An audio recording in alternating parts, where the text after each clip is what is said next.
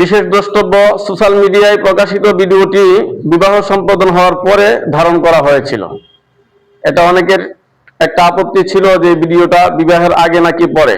এটা আমরা ক্লিয়ার করেছি, এটা বিবাহ বন্ধন বা বিবাহ অনুষ্ঠান অনুষ্ঠিত হওয়ার পরেই, বিবাহ সংঘটিত হওয়ার পরেই এই ঘটনাটা ঘটেছে।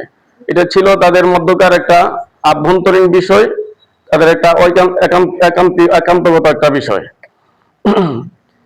বিবাহ বন্ধনটি সম্পাদন হওয়ার তারিখও আমরা লিখেছি যে 21/9/2025 তারিখে তাদের মাঝে পারস্পরিক বিবাহ বন্ধনটি সংগঠিত হয়েছিল। তদন্ত কমিটির মতামত, আমরা যারা তদন্ত কমিটির দায়িত্ব পালন করেছিলাম আমরা আমাদের মতামত এখানে ব্যক্ত করেছি। আমাদের 1 নম্বর মতামত ছিল যে অভিযুক্ত ব্যক্তিদ্বয় পারস্পরিক বৈধ স্বামী স্ত্রী হিসাবে প্রমাণিত। 2 নম্বর, প্রমাণিত ভিডিওগুলি ব্যক্তিগত চরিত্র হরণ ও আক্রোশ মেটানোর জন্য ষড়যন্ত্রমূলক করা হয়েছে। এখন আমাদের একটা সুপারিশ আমাদের দায়িত্বশীলদের কাছে আমরা পেশ করেছি।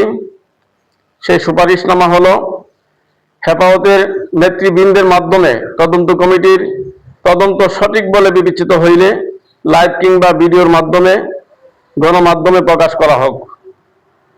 2 নম্বর, তার স্ত্রী সহ হেফাজত নেতৃবৃন্দ ও ভিডিও বার্তার মাধ্যমে সঠিক বাস্তবতা গণমাধ্যমে জাতির সামনে উন্মোচন করা হোক। 3 নম্বর, অভিযোগকারীদের বিরুদ্ধে সামাজিক ও আইনি যথাযথ ব্যবস্থা গ্রহণ করা হোক।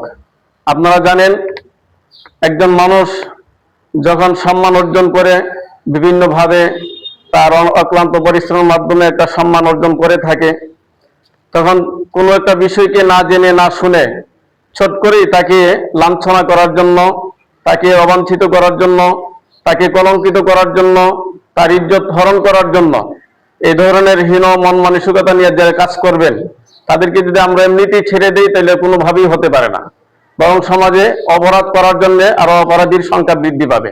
এজন্য আমরা চাচ্ছি হেফাজতে ইসলামের মাধ্যমে তাদের বিরুদ্ধে যেন কঠোর কোনো ব্যবস্থা গ্রহণ করা হয়।